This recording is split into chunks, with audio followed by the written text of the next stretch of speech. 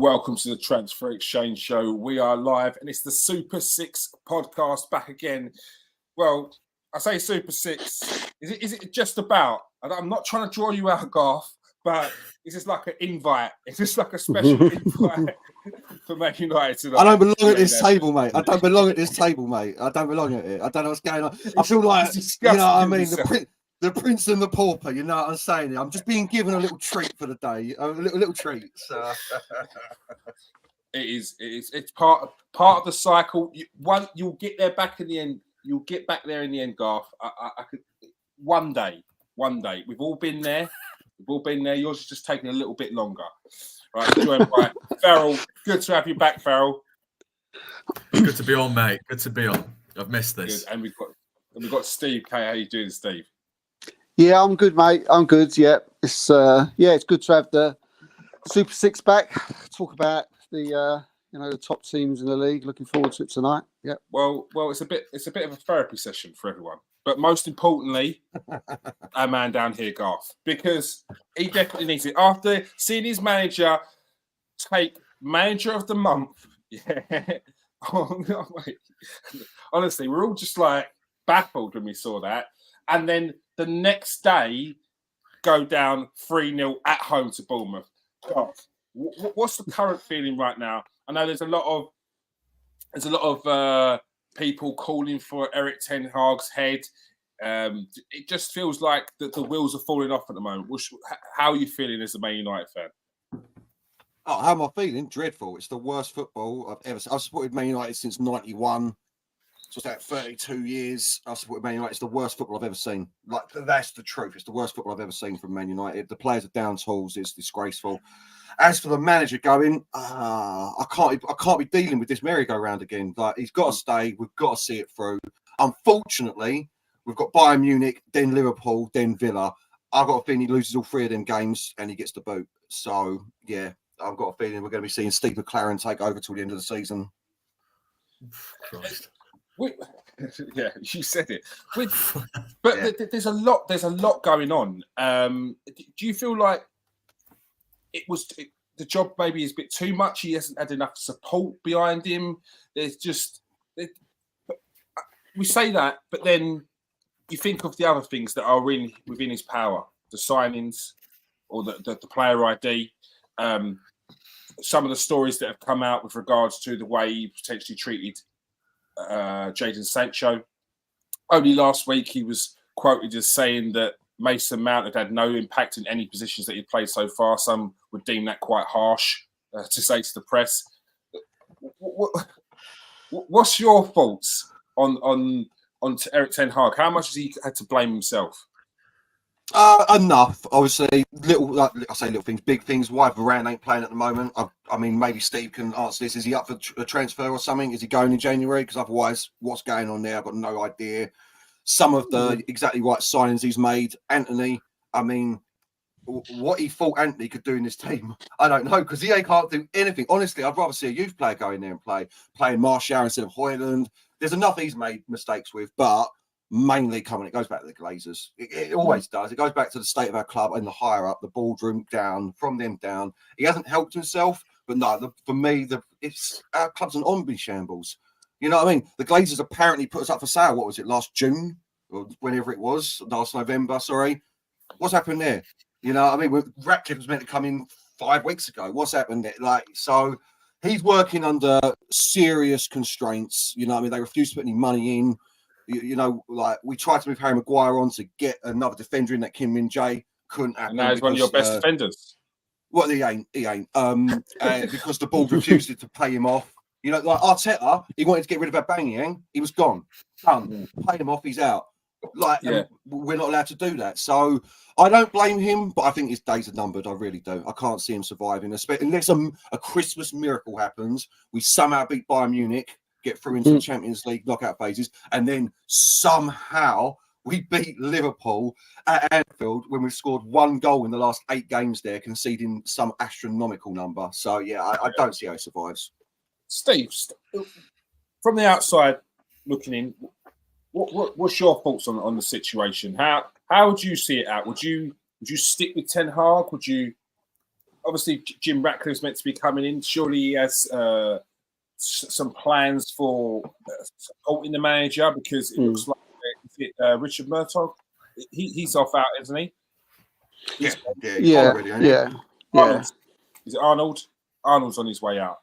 Yeah, Arnold's gone. Arnold's gone already. Gone already, I think. No matter who's there, mate.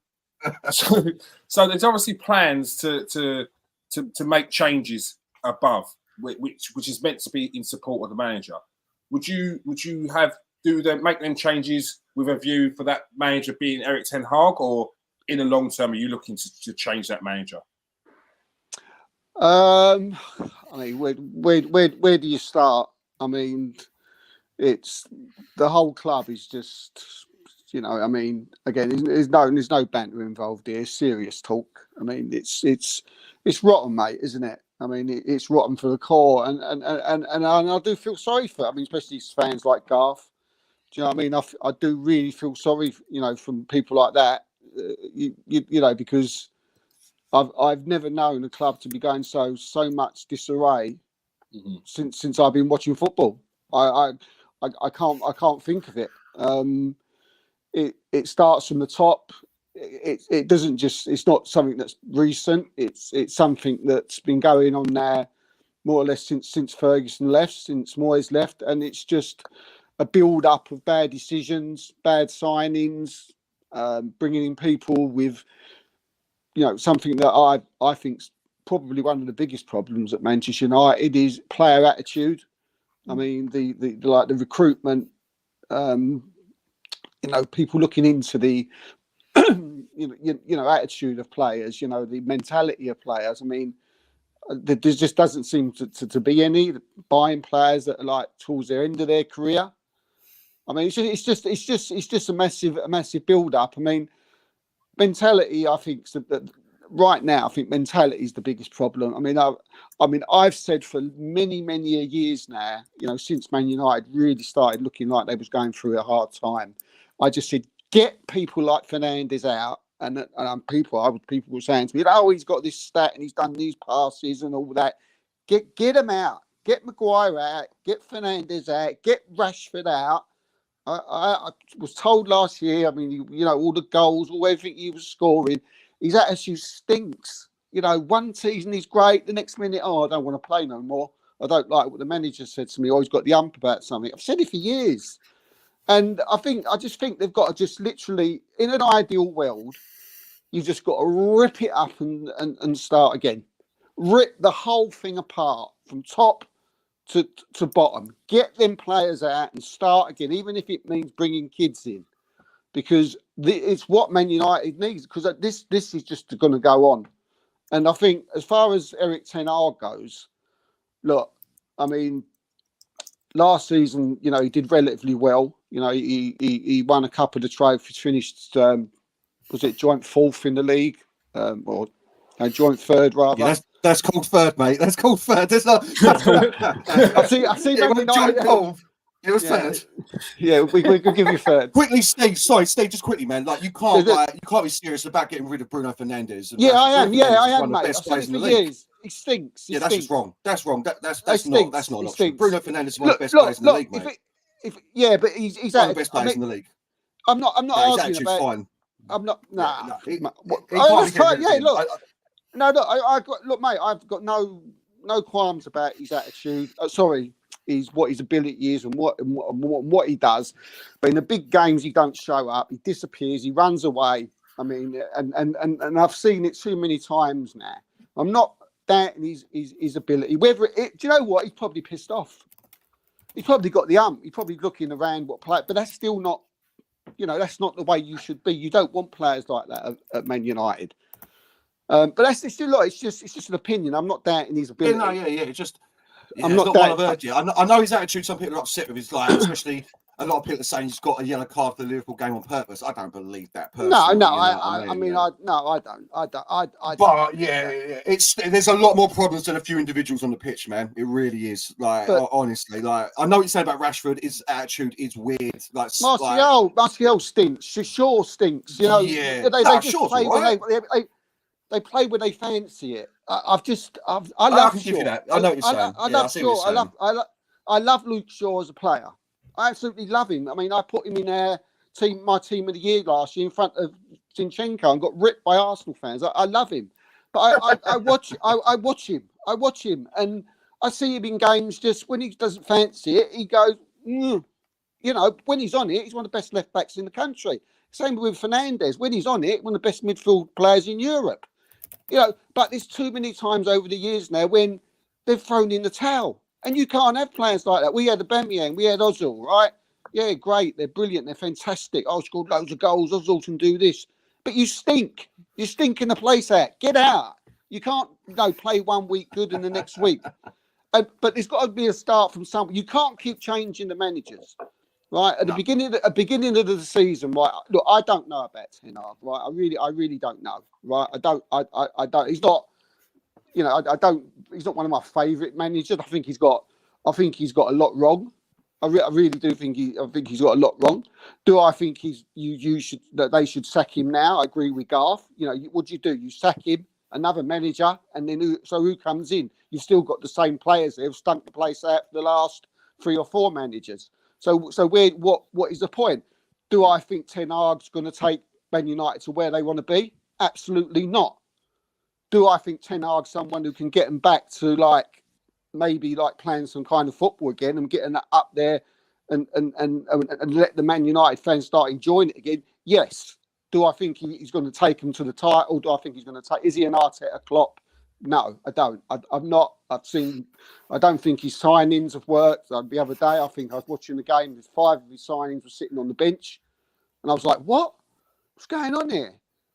I mean, it's I just think they should just rip it up and start again. It's very hard to put it into words. What they should do, but I don't think they should get rid of Ten Hag at this time because. I think you've got at some point, you can't keep sacking managers and just keeping the same players there year after year. The ones that are just, got Ollie the sack, got, Van Gaal the sack, got Ragnick the sack. There's got to be a point where you say, whether I think Ten Hag's going to be like the guy or not, let him at least get them back to playing some kind of football that the United fans are going to enjoy again. But then again, it's like I said, I don't think he's going to take you to United to winning a title. I don't think he's that manager. I don't think he's got it. But look, that's what I think anyway. Farrell, we started to see leaks come out again. Obviously, there's the players aren't happy with the way that Sancho's been treated. But then you hear players aren't happy that they're training too hard.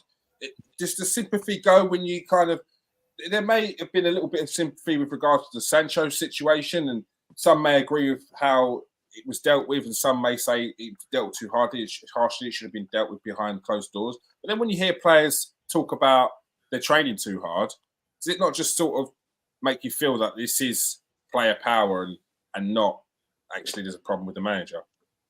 I mean, it feels a bit of that. I see both points made by Steve and Garth. To be honest, I mean, it brings me back to the days of Brendan Rodgers upsetting sort of Raheem Sterling on camera, with the power play, and I don't know. I think it's difficult. I sympathise to a certain degree because you've got to bear in mind, of course, that both Manchester City and Liverpool have world-class managers. Arsenal, I think I wouldn't put Arteta just yet in the same bracket as a Guardiola or Klopp, but certainly is a very gifted, a very talented young manager with plenty of promise. And he's already taken Arsenal it's one title race, and as Arsenal have remained a competitive force since. I do think it draws into both of what everyone's kind of been saying. I think, it's hard as an outsider to gauge just how important the player power plays a role here. Because I remember, and I'll bring up the Liverpool game. Sorry, Garth, with the 7-0 defeat. I can say which one: the 5-0, the 4-0, the 7-0. Which one, mate? So we could get lost in a rabbit hole here. But no. I mean, there's that piece of footage I remember, and it was a 7-0 win, and Stefan Bajcetic picks up the ball in midfield, jogs past Bruno Fernandes. Fernandes kind of tries to sort of size him down, misses. Bajcetic breaks into your box and the fan base just gives up. Now, I know that's probably, I think you're already kind of dead and buried at that point. So I would put that down to sort of frustration, perhaps more than simply being lacking the work rate. But as a United fan, even when you're sort of 6 or 5-0 down, that's got to be disappointing, I suppose, just to see that complete sort of that lack of effort, that just a little bit. Like even I like turned it off by then, mate. I turned it off. Yeah. Mate. 7-0. No, but it's like, I mean, Kieran, you were saying about sort of like the players complaining about being pushed too hard. I remember when Klopp first came in, and even just the first sort of fitness test, and your players were reporting, you know, they were throwing up in the fields for the exertion. And could you imagine a footballer turning around, a Liverpool footballer turning around to Jurgen Klopp and saying, "You're working me too hard, mate"? Like, you'd be off. Fans wouldn't have you'd it. be off. You'd be gone. Here's the door. You're gone. Yeah. And I suppose maybe that's the problem, and that's what Garth was saying to, you know, to a certain degree, is that Ten Hag wanted to say to these players. I mean, he did do that to a certain degree, didn't he, with Cristiano Ronaldo? And that's no mean feat. We're talking about one of the most prominent footballers of our generation. He said, "There's the door," and there he went. That's, you know, that's quite something. And it hasn't worked out perfectly with every other single player. But that's the problem, isn't it? You look at Klopp, you look at Arteta, you look at Guardiola. Whenever they've wanted a player gone, when Guardiola wanted Cancelo gone, he was gone. When Arteta wanted Aubameyang gone, he was gone. When Klopp wanted Mamadou Sakho gone, he was gone. He was gone. This is the thing. I don't know whether perhaps at United there's too many of these players where to a degree where, you know, you do it once or twice, it has an effect. But then if you've got 3, 4, 5 players where you question the mentality, it's almost too much to juggle. And then you have, we're not even touched the context of sort of like the ownership around that. I mean, the stadium is crumbling. Like it's literally everything is falling apart. The one bright spark, I would say, is the change in ownership, the partial change in ownership, because that's really what kicked things off at Liverpool. Even if, you know, we didn't have the right management, you know, went from Hodgson to Rodgers. The change in ownership was pivotal, because what the change in ownership did. Hicks and Gillette, didn't you? Yeah, we had a massive problem with Hicks and Gillette. Benitez wasn't backed in the market. You know, I mean, I remember our recruitment was horrific. It was so hit and miss. There was a point where Kenny Dalglish had returned for a second spell, and we bought rather wisely in the summer Luis Suarez, but spent £50 million on Andy Carroll. How does that track? I think we spent under 20 million quid on Luis Suarez, probably the greatest striker of our generation. And I don't know, almost triple that amount on and I mean, don't get me wrong, I liked Andy Carroll to begin with. I think his work ethic wasn't too bad, but just not the same player. It was so hit and miss. And that's, we can blame Eric Ten Hag, and I'm not saying Eric Ten Hag is in anywhere near the same category as a Guardiola, as an Arteta, as a Klopp. But we can blame Ten Hag all we want, but he doesn't have the infrastructure around him. Seriously, I don't know. I mean, I'm an outsider, so I don't know this anyway. But, you know, who are the people making these decisions behind the scenes at United? Do you have effective decision makers? They're getting the sack. They're getting the sack. They're the people that are getting the sack. Do you have competent decision Arnold, like Liverpool? Do you know what I mean? Like, name me more than one flop, not 1 or 2 flops in the entirety of Klopp's tenure. You could say Fabio Carvalho, maybe, but he's still a young player. You could say, I'm on the spot here, so I know there's another, but I can't think of it immediately. But do you know what I mean? This is the difference. 9 times out of 10, Liverpool signed the right player. We don't just go, oh, that Anthony fella looks good over in the Portuguese top flight. We'll spunk 100 million quid up the wall. You know, it's just because you can do a few fancy flicks and spins. Like, no, it's horses for courses. You know, and it should be that way at Manchester. It should be that way in any well-run club. You look at Arsenal. Look at the difference that has been made by their recruitment system. Like, Arsenal are now a force competing at the top of the table. That's down to that's not just Arteta. That's the overall infrastructure. And that's really what United lack. Change the manager all you want, but like, even if you put a Klopp in there or a Guardiola, they'll command more respect. But will the end result be as effective? Klopp is brilliant, and Guardiola is brilliant, but they wouldn't be as effective without their overall structure around them. It's as simple as that. They wouldn't be able to do nothing with them players if Guardiola and Arteta or, you know, Klopp walked into Manchester United. It would make no. While those players are there, they would make a bit of difference. Not one bit of difference whatsoever. And that's why what I was saying, you got to get these players out.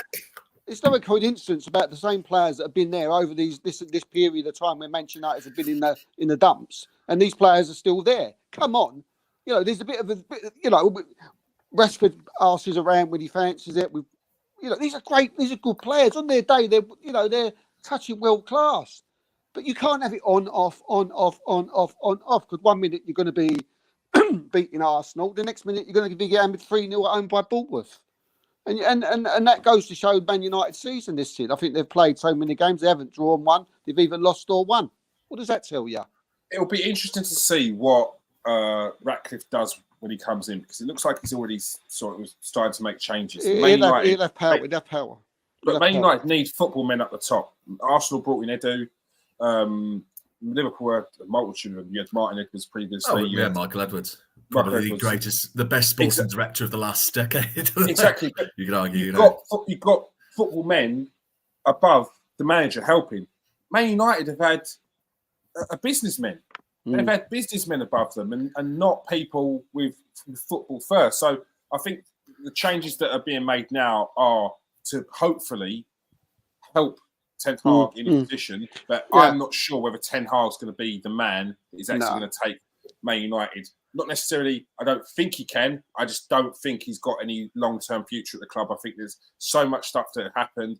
There's too many players, player power again. There's too many players that you would have to get rid of to then bring in the changes that Ten Hag wants. And I just don't see the Glazers doing that, because if they're not willing to get rid of the likes of not even Harry Maguire, but Phil Jones, players like that, keep them on the books until they've been released, then they're not going to be getting rid of players like Rashford, Maguire, and anyone else that they've got on the books. But does that show you the type of attitude of the players you've got there, where you've got a few players like Maguire, Martial, Rashford, you don't know what's been, maybe even Casemiro, I don't know, other players who maybe Man United do want to get rid of, maybe they do want to get out, but have they got the attitude where they think, we don't really care, we don't really care about playing football, we're not really bothered, we just sit here and collect our big money, and like Sancho, I don't really care, I collect me money. I think Sancho has a lot of stubbornness. I think I don't know how long Sancho could not play football for. Like, he's still very, very young. So to turn around for him to say, no, you're not going to play football at a high level, I don't think he's going to want to sit on the bench for too long. You get bored. This is the career you've sort of paved for yourself from the age of 8. You get to Man United at the early 20s, and you're just going to see out your career on the bench, or you can't do that. That'll be very, very sad to see. I think there's been rumours that he's potentially going to be going back to Dortmund. But yeah, we will see. That's happening though, because of his wages. None of that's happening. Nice. I know what everyone's saying here about Jim Ratcliffe. Don't mean nothing. Glazer's still got 75% of it. Like, Ratcliffe coming in, all that does is put money in the Glazers' pocket. It does nothing to change this football club at all. Why? No, because they're not I've heard a little bit different. That's what's holding it up now. I'm wondering whether this deal's even going to go through. They're now saying it's not going to happen until the end of January. This was meant to happen 2 months ago. The reason why it's being held up is because Glazer wants control of the football side, and the Glazers are saying, "No, mate, no." So it ain't going to change nothing until the Glazers are gone. We're not going to be able to get rid of any of these players, because that is the main reason we can't get rid of them, is because of their wages. Like Casemiro's on 300 grand a week, Rafael Varane's on 350 grand a week, Jadon Sancho's on 350 grand a week, Marcus Rashford's on 350 grand a week, Bruno Fernandes is on 275. So that's the manager's got to go then. The manager's got to go, and they've got to bring in someone that is going to be able to work with the players that he's got. Because if you're talking about that, you're not going to be able to get the likes of Sancho, who has just got no short-term career at Man United. Every time you see a deal win, you two may know better than me. Every time you ever read anything about Sancho moving on, it's always caveated with, but his wages will be a problem. He's on 375 grand a week. Like, Juventus, I keep hearing Juventus are after him. They ain't paying him that. I keep hearing Dortmund are after him. Dortmund ain't paying him that. And Man United aren't going to subsidise his wages. So, yeah. That's another issue. Oh, sorry, mate. No, I was just saying, you're in all sorts with Sancho. What Garth says absolutely right. That's one thing you hear. You're in another thing that you're saying that he's on this big contract, like like Garth said, and he'll also stay there and he'll collect that, and he'll be mad to leave. on that wages. A few like quite prominent people are turning around saying he's going to see if he can see Ten Hag out. He loses the next 3 games, Ten Hag's out. And then the next manager comes in and says, right, Jaden, back in you come. Anthony, Ten Hag signing, out you go, pal, sitting on the bench. I want Jaden in. It's interesting what you're saying about like the wages as well, because that's a major, like 375. I was looking out of curiosity on like Capology, which records player salaries relatively accurately. Mo Salah's on 350 grand a week, like 25 grand less a week. 25 grand less a week than Jadon Sancho. We're talking about one of the most prominent attacking players, one of the greatest Premier League players of all time. And this is the thing, like Liverpool came in, and this is why Liverpool like sometimes don't even get like top targets. Like look at Jude Bellingham. It's because we implement these caps. We function sustainably. And so, if Jude Bellingham goes, oh no, I want 500 grand. Well, we go, yeah, we'd love to have you here, but we've got players like Virgil van Dijk, Mohamed Salah, Thiago Alcantara, Trent Alexander-Arnold that we've either developed in our academy or bought for a fair price and on decent wages and on okay wages. That doesn't break the bank. And this is the problem. You're now struggling to shift these players. Structurally, there are so many issues in terms of how it's run. I was really curious to see what I'm sorry to hear that the Ratcliffe situation isn't. I assumed some of the decision-making, at least some of the decision-making power would transfer over because I didn't get the impression the Glazers really cared about that side of things. I'm told it is by someone very, a good friend of the show, who's told me that Ratcliffe will let the idea is that he's coming in and he will have some power, quite a lot of power than what people think. So look, we'll wait and see, and we'll see what happens. We don't know. But look, as I say, it's quite Everything Garth is on his knees, man. without naming his name, you probably know what I'm talking about. Yeah, but and he's saying that he'll have control of all the football side.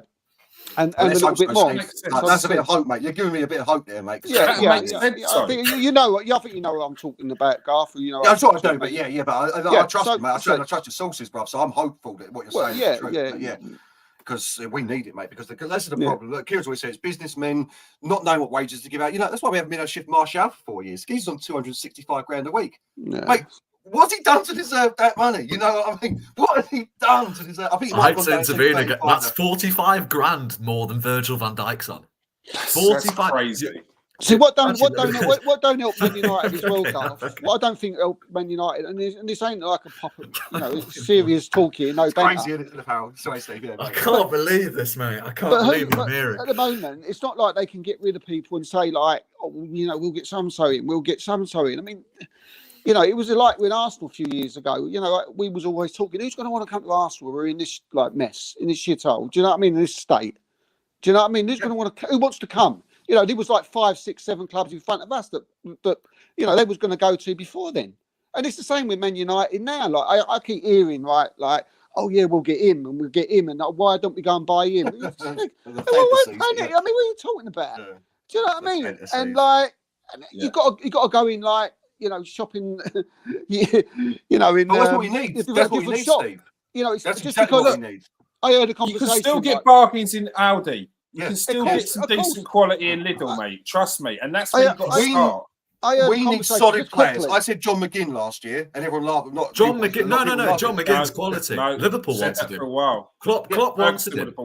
Yeah, that's the sort of player we need. Like hard working. We ain't got to worry about how good they are baller wise. I don't care about the high marquee names. We need ballers that are going to give the heart and soul to the club, and that's what we need. And Andy Robertson came from Hull City. Exactly.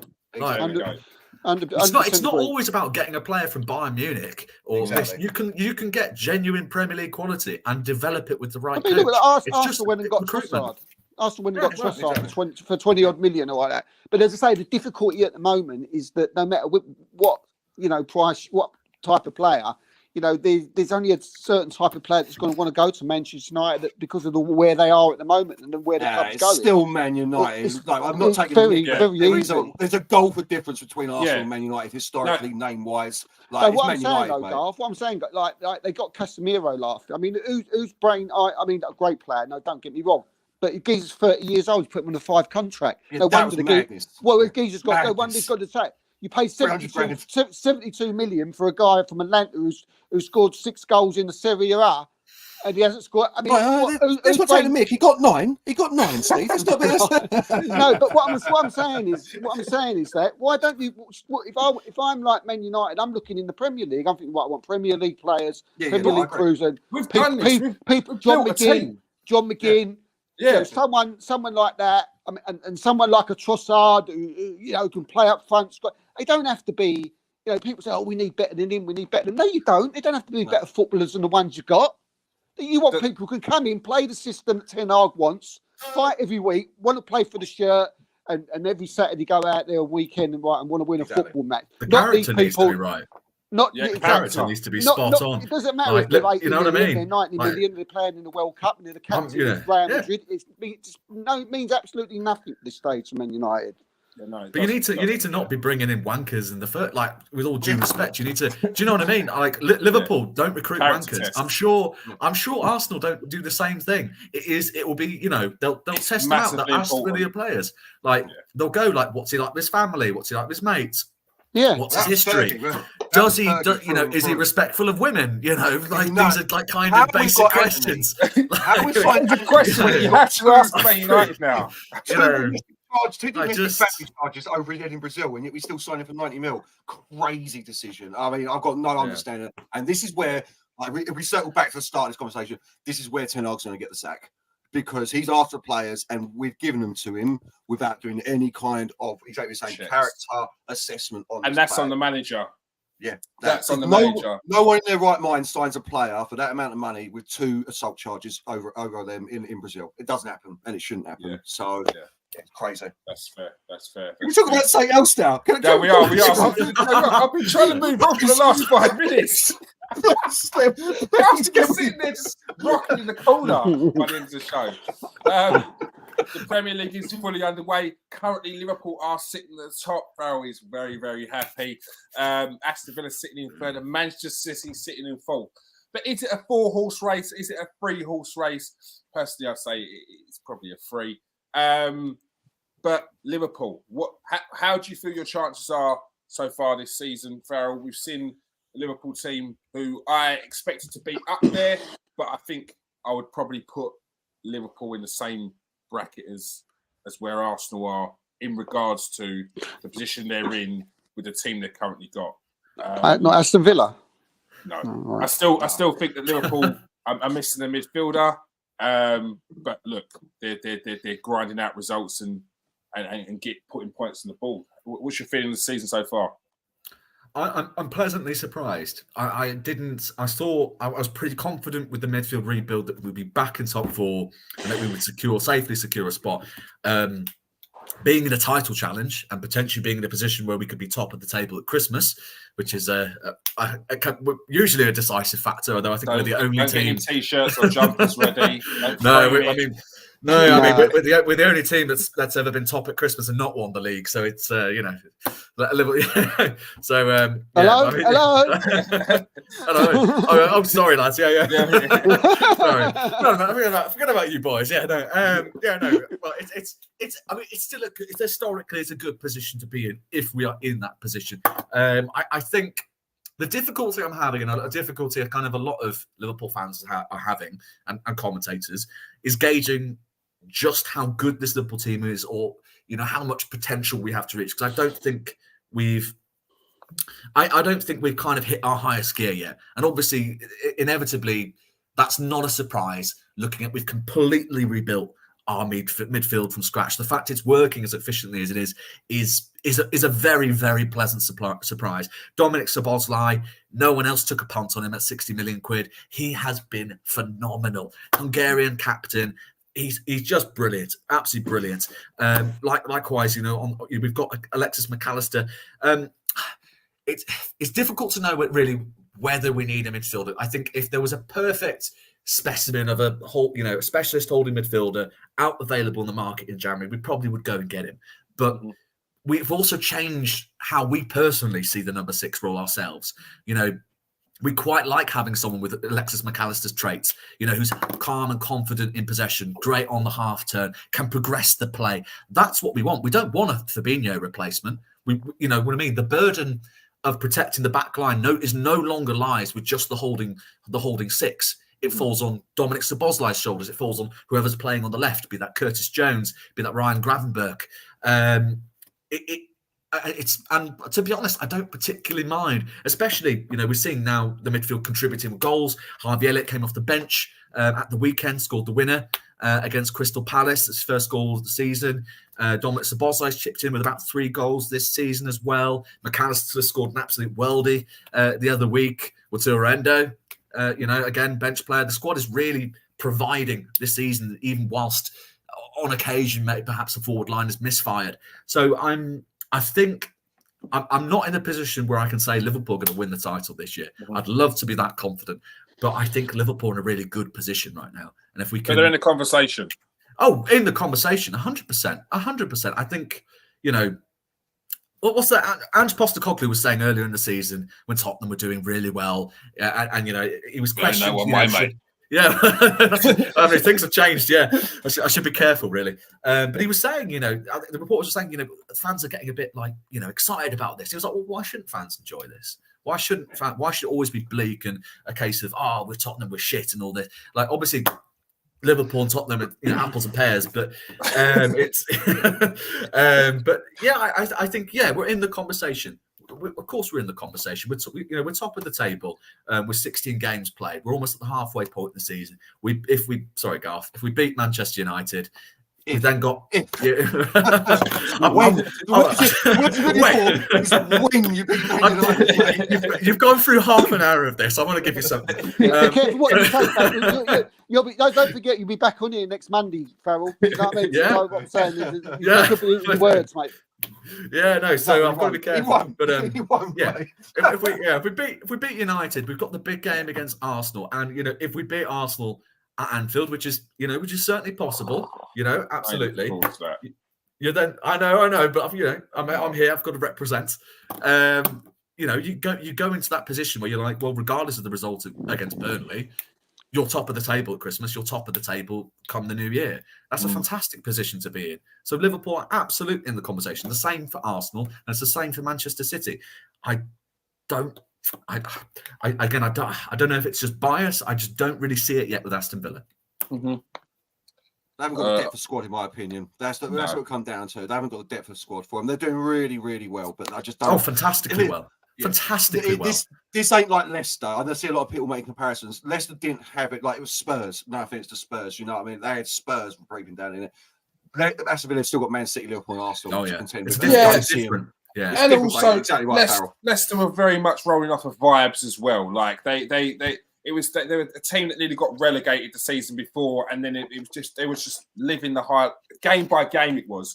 Whereas I think Villa, Unai Emery's definitely going to be looking at that Europa League spot, how far he can get in that competition. And I think, if I'm honest, he's been our manager, and when it comes to the crunch, I feel he will pick the Europa League, unless they are fully a couple of points away. They are really in it. I think he's going to pick the Europa League. He loves the Europa League, mate. He was used to winning it all the time in Spain. Exactly. If Aston Villa can get into Europa League final, I'm sure he'd lose games. I'm sure he would lose games at the end of the season, Emery, just to get out of the Champions League and play in Europa League. I'll tell you what. I'll tell you what, though, that's not so funny because he did it with Arsenal. We was like this close to getting Champions League football under Emery, and then we lost 4 games on the trot and ended up in the Europa League. So that's our second last game, I know you we're away at Villa Park on the second last game. We play Villa and then we play Wolves before the season ends. So that could be a very interesting, given Villa's record at home against City and Arsenal. I think that could be an interesting game. In an ideal world, what do you feel like you really need to really push to be in that title challenge? What sort of raise our level, you mean, or What player, what position? Oh, in terms of signing a player, right. I think we need to bolster our defence, We've had Jean Matip go off injured with an ACL. He's out for the season, which is so disappointing because he's been phenomenal. He's been Van Dijk's first choice partner on merit and genuinely on merit. He's been absolutely brilliant. I'm genuinely devastated because his contract runs out at the end of the season. I think Klopp's already put pressure on the club to kind of make sure that at the very least he's still with the club throughout his rehab, which I'd keep him for another year, to be honest, which is fair to the player. I think, he's been a superb servant for about 7 years. So I'd be happy with that. We really, really, really, I was saying this in the summer, we need to bolster the defence because we look at sort of what's left now. You've got Bjorn van Dijk, you've got Joe Gomez, who's practically now right back cover. You've got Ibrahima Konate, who's superb, he's so injury prone, it's ridiculous. And then you've got the very promising but young and inexperienced 20-year-old Jarell Quansah. Liverpool need cover. We do.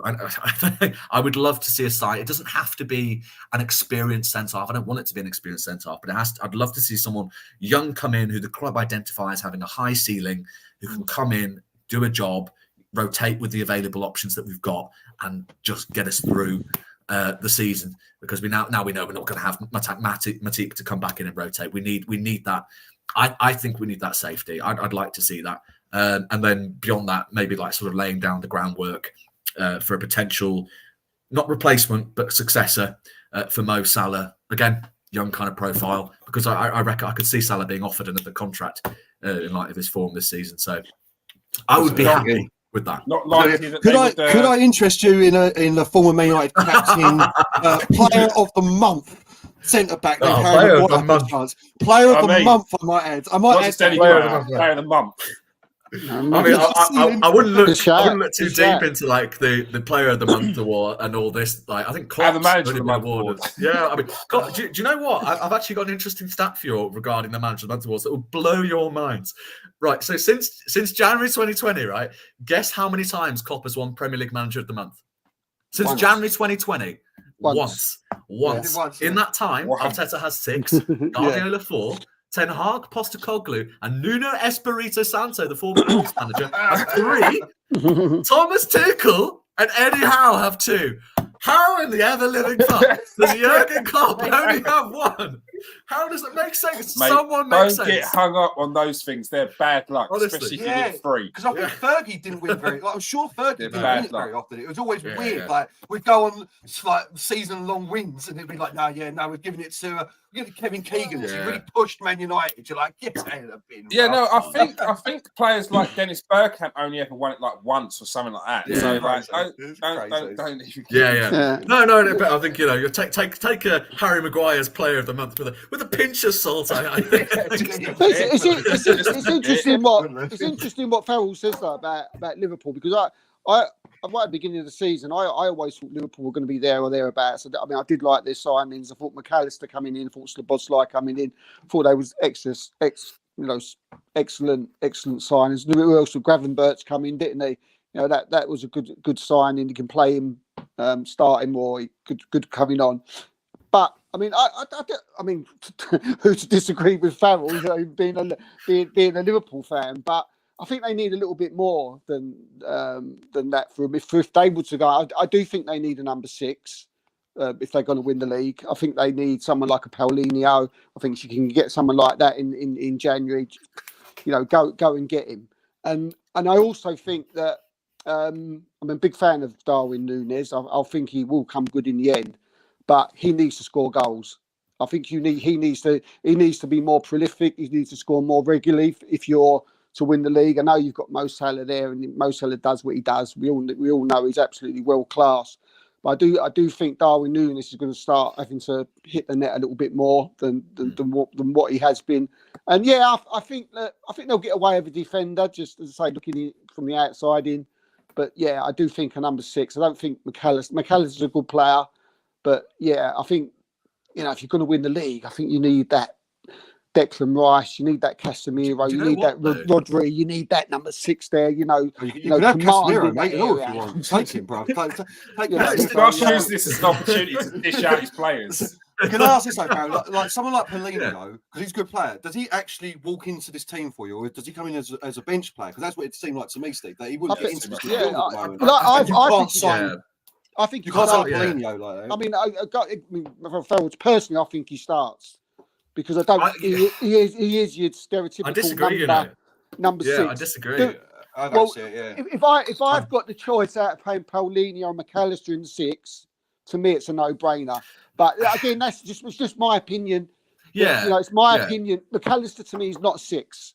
So for me, if you're going to go and get Paulinho and he's the best thing out there who plays in that position, I mean, look, Bayern Munich want him. I mean, I know Arsenal are also looking at him. If you can get someone like him, because he is excellent. He is a top player. I don't dispute that he's not a top. He's absolutely a top player. I do not dispute that. What I do dispute, however, and again going back to this idea of horses for courses, I don't think he's the right fit for what Jurgen Klopp wants from our number 6 role. He's more of a destroyer kind of profile. He'd be a replacement for Fabinho. Now we don't want a Fabinho. I think you need a Declan Rice. Well, you need someone who can not just to use the Arsenal player, but it's if you want to give him to us, let's say Kimmich, someone who's more of a bit more of an expansive defensive midfielder. He's got a bit more. You need someone who can do what McAllister does in terms of progressing the ball and being very reliable in possession, and then add on top of that, an ability to kind of like disrupt play on top. But I think if you look at McAllister's stats anyway, he's not performing poorly compared to the likes of, Rodri, of Declan Rice. Don't get me wrong, he's not exceeding, but he's not performing poorly. I don't have his actual interceptions, clearances, and blocks stats to hand right now. But the last time I checked, he was, it was close. It was not too far away. It was much closer than I actually thought it would be. Now, you basically need a situation, in my mind. There are very few footballers around at the moment, around the sort of age profile that we're looking for, that offer exactly what McAllister does on the pitch, plus what you'd be looking for on top of that in terms of being able to disrupt play, more tackles, interceptions, etc. What you typically expect from a regular sort of number 6. Very few players on this planet. So Liverpool, again, sort of operating on a policy of, well, if we can't get that perfect profile, there's no sense sort of going, well, we'll go back to plan A when we had Fabinho, bring in a João Paulinho, and just stick him there, because it then disrupts sort of the balance we've got, the new structure we've got, this idea of Liverpool 2.0, where it's not just the holding midfielder that's responsible for protecting the back line. It's more of a group responsibility. For me, that would be Liverpool going backwards. So if we can't get that perfect profile, I respect João Paulinho as a player. Didn't you win the title with Fabinho though? We did win the title with Fabinho, but look at Manchester City. Look at Manchester City. Manchester City won the title playing with mainly midfielders. You know what I mean? This is before the days of bringing sort of Erling Haaland in and changing how they play. So it's slightly different, yeah. It is different. You don't need to play with a destroyer to win the title. You can play differently and win the title. Liverpool happens to win the title with more of a destroyer type, I grant you, but I don't think that's the exclusive way of winning the title. Yeah, and I think plus Paulinho is like 70 mil and 29 years old as well, isn't he? Yeah. That's the thing. Sorry, kid. No, I was just going to say. So I think if you look at the mold of Rodri, he's not a destroyer. He's an excellent midfielder. Look at Declan Rice, excellent midfielder. He's expansive. Casemiro, although he's getting old, he's an excellent midfielder. So the days of the Boschers, look at Kante. Kante was the best defensive midfielder in the world and couldn't get into a Chelsea team because he was very much a Boscher and he would get the ball out and pass it off. They want more than that in the midfield. So I completely understand. I do feel Liverpool need that mould. I think that McAllister, in my eyes, is an 8. And would sit better next to someone of that ilk who could support him in that role. Gravenberch is an excellent signing. I see him as the opposite to Szoboszlai. And I think him going forward in a more attacking role, I think you'll see the best of Ryan Gravenberch. He's unbelievable. I can't believe he's under 30 million. I genuinely honestly, we pulled their pants down. We've absolutely embarrassed them. I can't believe Munich thought they were buying a defensive midfielder. And that's why they want Paulinho. So they've sold Gravenberch. They want to get in Paulinho. Gravenberch is not that player. He never has been. Even as a youth player, he was an attacking midfielder. He'd score goals. He would just rip teams apart as a youth player. So yeah, now you've got some really quality players, especially Szoboszlai and Graham Bircher. But yeah, I'm worried about Liverpool in seasons to come. But, you can have Scott. You can have Scott McTominay if you want. There Mate. you He's go. a solid little centre Yeah, midfielder. He's you been know. doing well for you, hasn't he? Like, in Man goals, City you know. defenders. Donny Well, he Van plays- he Beek. plays- Would he you like plays Donny in Van the Beek for eight, Charles? See, do you know what, Garth? Just on the subject of Scott McTominay, this is why I sort of worry about Ten Hag. Just going quickly back to Ten Hag. I mean, please, if I'm wrong, please tell me if I'm wrong. But McTominay, he played in the 8 the other day. Did he play? What is that? What is that? He's a top goal scorer. That's some He's got a respect. couple of goals, mate. No, in fairness, Mount's But out at the moment. Everyone's out injured. We've got no Casemiro, we've got no Eriksen, we've got no Mount. But all right. But yeah, he's awful player. But McTominay going forwards, great, isn't he? No, he's not. He's such a bog average baller. Not great. He's a top scorer. Look, he kills it. He kills it. He's done well. He plays very well for Scotland. McTominay plays very well for Scotland, right? Every time he plays there, right? He's good in that side, right? And every time he plays out there, he's like an 8 out of 10. He plays for Scotland. Every now and then for Man United, he saves them. He saves you. Don't tell me. He does. He saves. So this goes back. I'm not saying. What do you mean he saves us? He scored a brace in 2 games. He's not saving us. He scored a lot of goals. He scored. He always pops up with he pops up. That's not my point. No, it's not my point. That's not my point. It was my point is not that he's a great player. He's a brilliant player. Do you know what I mean? If you come to Arsenal, I'd cry my eyes out. I don't want him, right? But I think people are over the top. But it was just the point of with Ten Hag, this with his lack of tactical knowledge, playing McTominay in an 8. Mourinho. Yeah, but where's the inverted fullbacks for Manchester United? Is it blind that McTominay can't defend to save his life, and you're going to get ripped and you get beat 3-0 by Bournemouth, and people going, "Oh, I can't work it out." What's I'm like? I watch Arsenal. I know what you're saying, but I think you're picking the wrong example. At the moment, we've got no other midfielders and we've got no fullbacks. So I know what you're saying, but that's a wrong what about example, the young kid? What about the young kid? I mean, I don't know. You can't just keep playing main. Yeah. You can't. He's too young. This is the thing. We're young enough. You're old enough. I can name loads of players. If you're good enough, you're old enough. But no, you can't.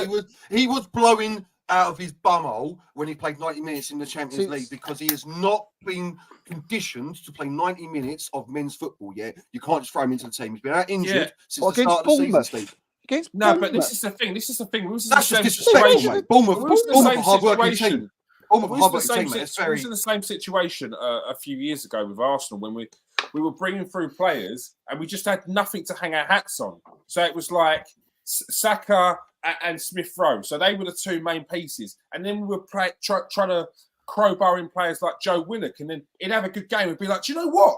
Joe Willock could be a player for Arsenal. It's like, no, our levels have now dropped so low that we're looking at Joe Willock and being like, do you know what? This is not a regular player. It's like a special player. Charlie Adam can be a footballer. He's got a shot on him, yeah. Charlie Adam. But lads, all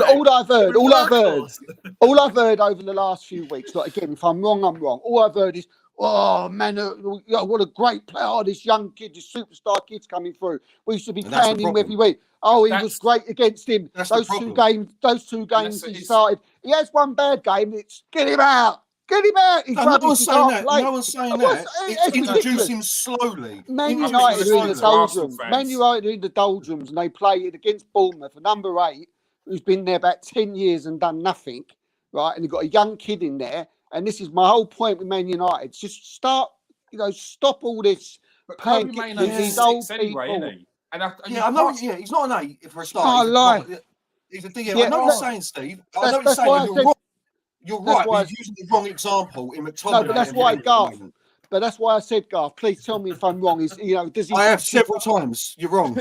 I'm saying it to you.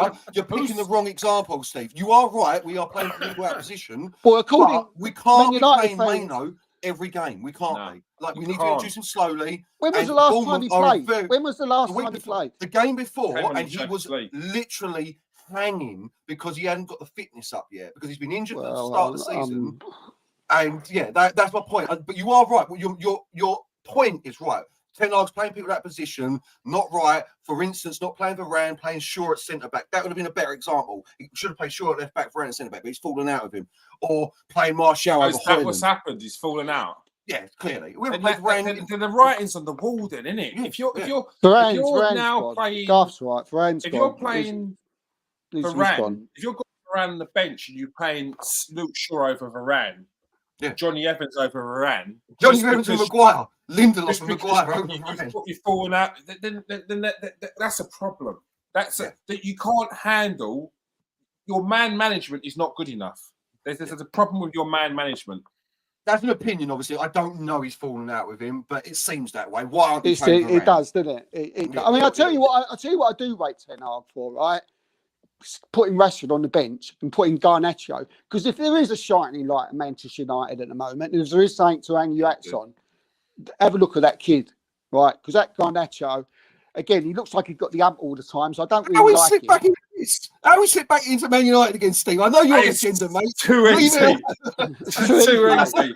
Someone mentioned what I'm saying is this, and now we're back at Man United. We ain't spoken about Arsenal for 5 minutes left. It was flogging Scott McTominay to Liverpool. It was. It was you. It was you. Garnacho's quality. Garnacho, I rate trying to get him out.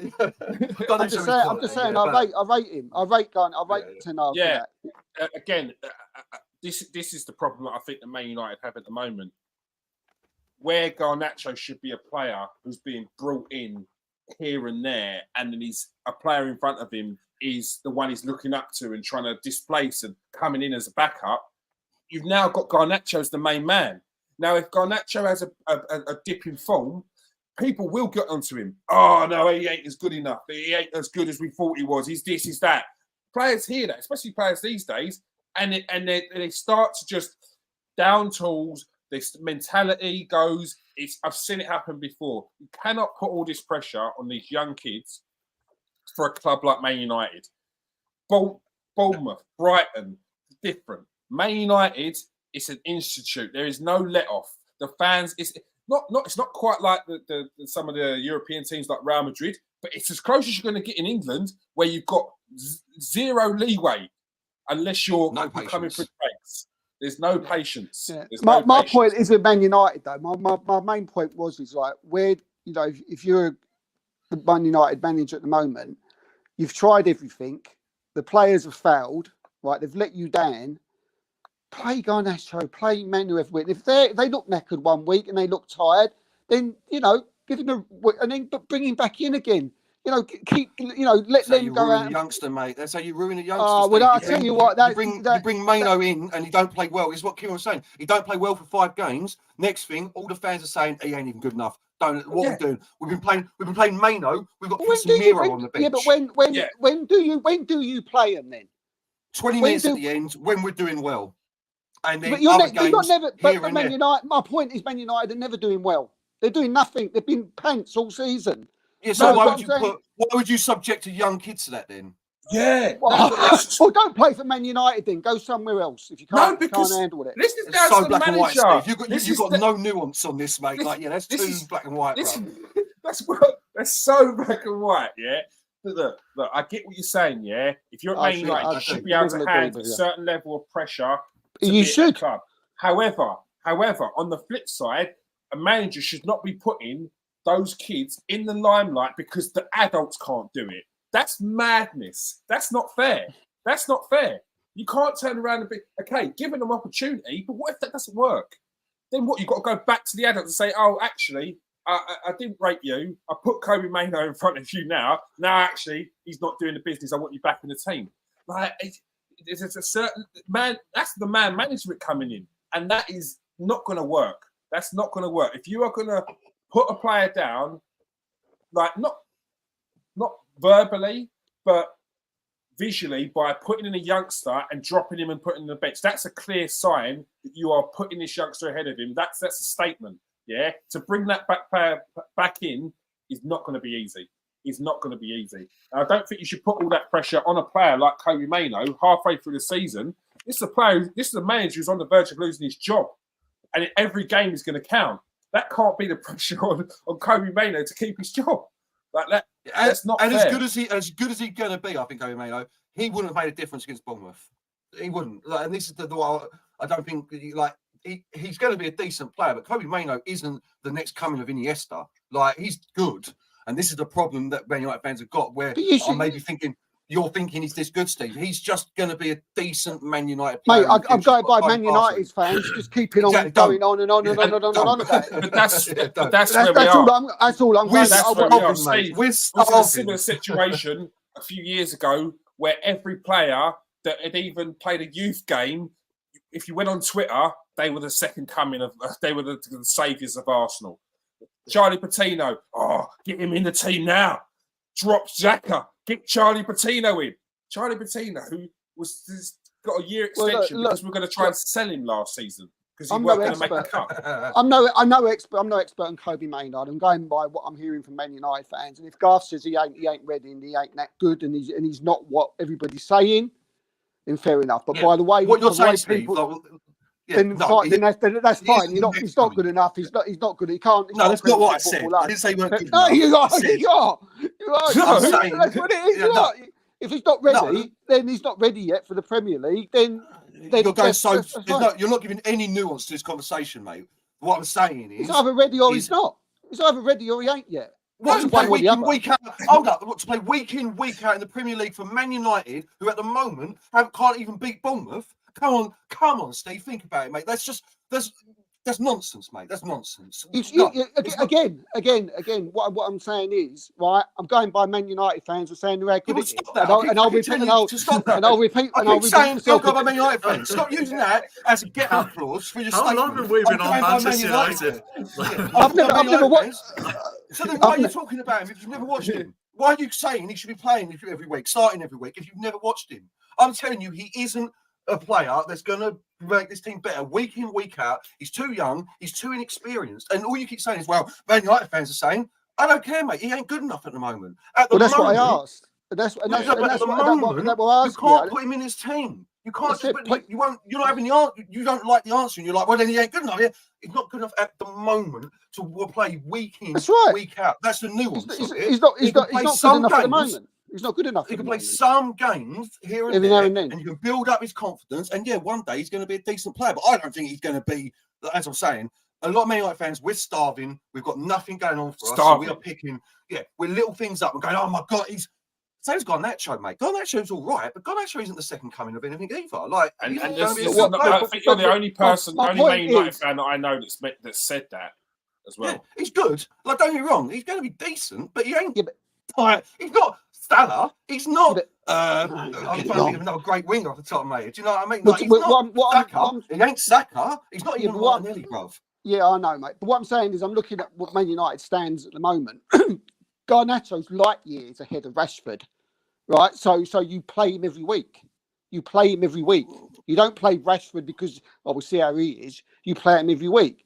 I would assume. Is he light years ahead? I don't think he is light years ahead. Looking at Rashford this season, he is dog shite, right? Yeah, but that's because Man United are absolutely awful. Last season, you play Garnacho. 41 goal contributions. So you play Garnacho. 30 goals, 11 assists. Garnacho scored like 2 goals. Yeah, he scored a wonder goal. I remember Federico Macheda scoring an absolute wonder goal. Look where he is now. Look where he is now. Mate. Like, I'm trying to big your team up. I'm trying to big your team up.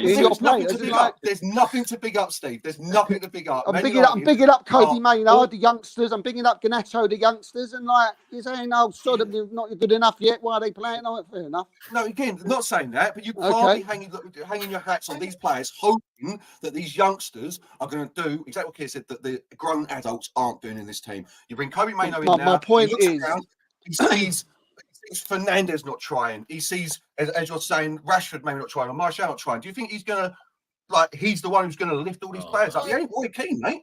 I'm getting war flashbacks to Brendan Rodgers and fucking Hodgson. This is wild.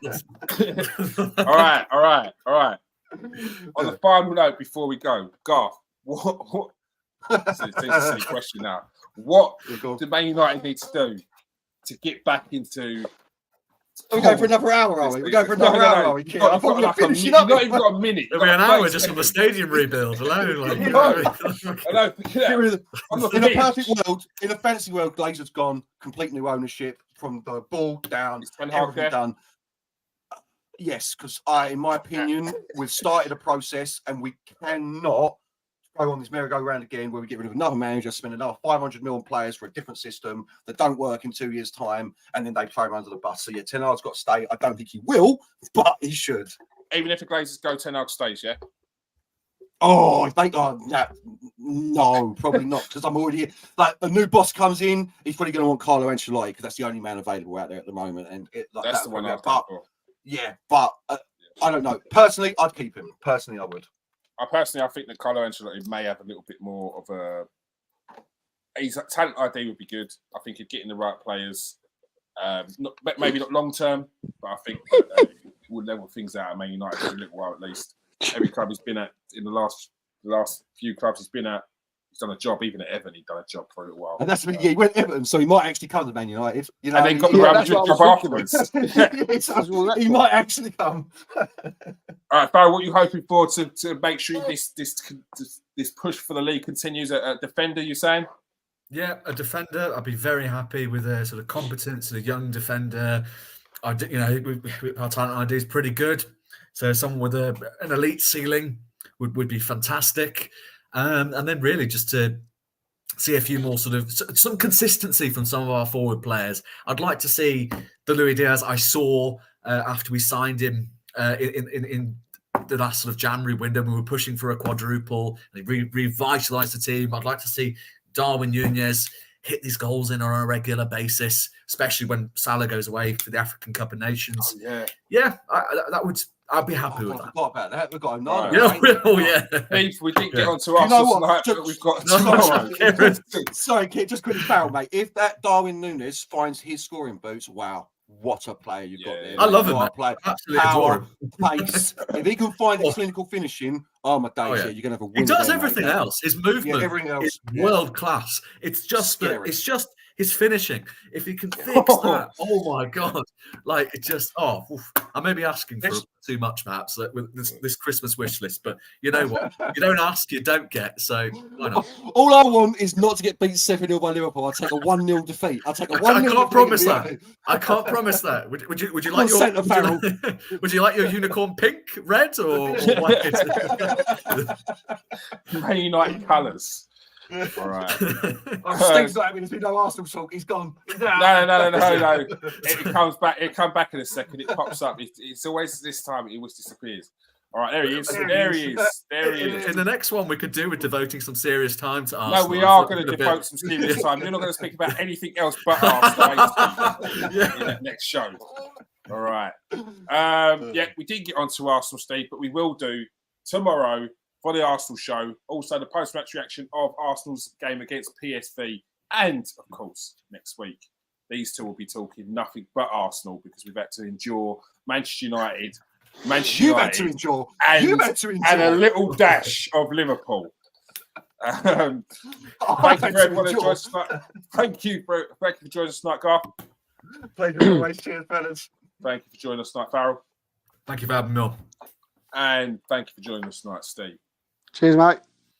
All right. Make sure you hit that like and subscribe, people, if you are new to the show. If you are a regular, hit that like and hit that copy button. As I said, make sure you join us on Monday at 8 o'clock for the Super 6 podcast. And make sure you join us tomorrow for the post-match reaction of the PSV game and the Arsenal show. Peace out, people. Stay safe and wash your hands.